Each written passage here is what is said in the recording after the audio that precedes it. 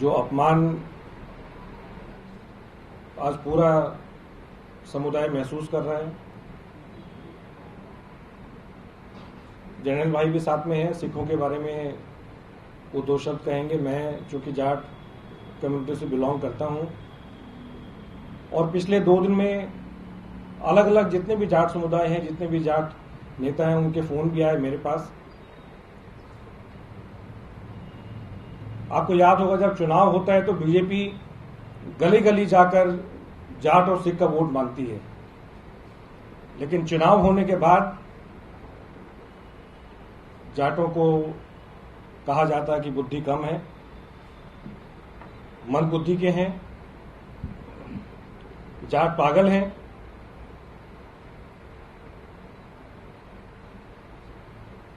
और आज भी इन शब्दों का यूज करने के बाद भी विप्लव देव सीएम है। एक मुख्यमंत्री जीतने के बाद वो पूरे राज्य का, सभी समुदाय का, जितने भी हम जो कहते हैं 36 बिरादरी का सीएम होता है। और एक अगर किसी पार्टी की सोच इस प्रकार की है तो आप समझ सकते हैं कि किस प्रकार का वो न्याय जनता के साथ करेंगे। जाटों के इतिहास के बारे में अगर मैं 2 शब्द कहूं तो आजादी से पहले छोटू राम, जिनको सर का टाइटल दिया गया था, क्या वो भी मंद बुद्धि के थे? जिन्होंने गरीबों के लिए लड़ाई लड़ी, जिन्होंने किसानों के लिए लड़ाई लड़ी और वो रेवेन्यू मिनिस्टर भी थे, क्या वो भी मंद बुद्धि के थे?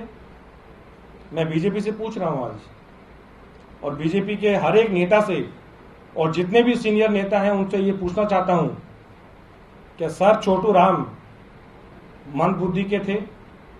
वो भी जाट थे। क्या चौधरी देवीलाल जी जो डिप्टी प्राइम मिनिस्टर थे, क्या वो भी मंद बुद्धि के थे? क्या चौधरी चरण सिंह जी जो जाट थे, जो कि प्राइम मिनिस्टर थे, क्या वो भी मंद बुद्धि के थे और वो भी पागल थे? तो मैं ये बीजेपी से पूछना चाहता हूं कि बीजेपी की सोच क्या है, किस प्रकार की सोच बीजेपी रखती है।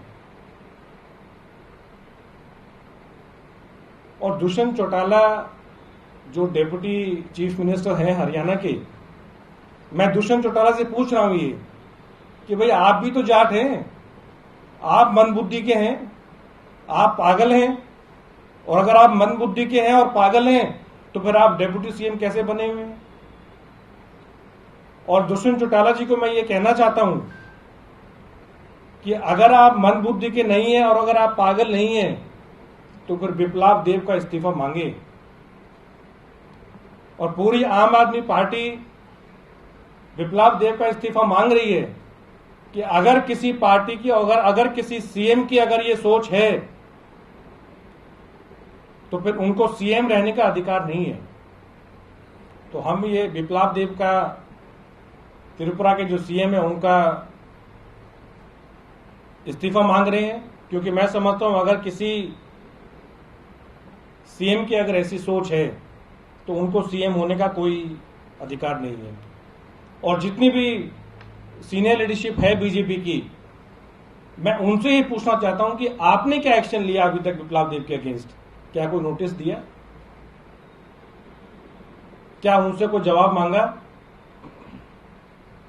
और अगर नहीं मांगा और अगर कुछ उनके अगेंस्ट एक्शन नहीं लेना चाहते तो हम यही सोचेंगे कि ये इतनी घटिया सोच, इतनी नीची सोच ये बीजेपी की है।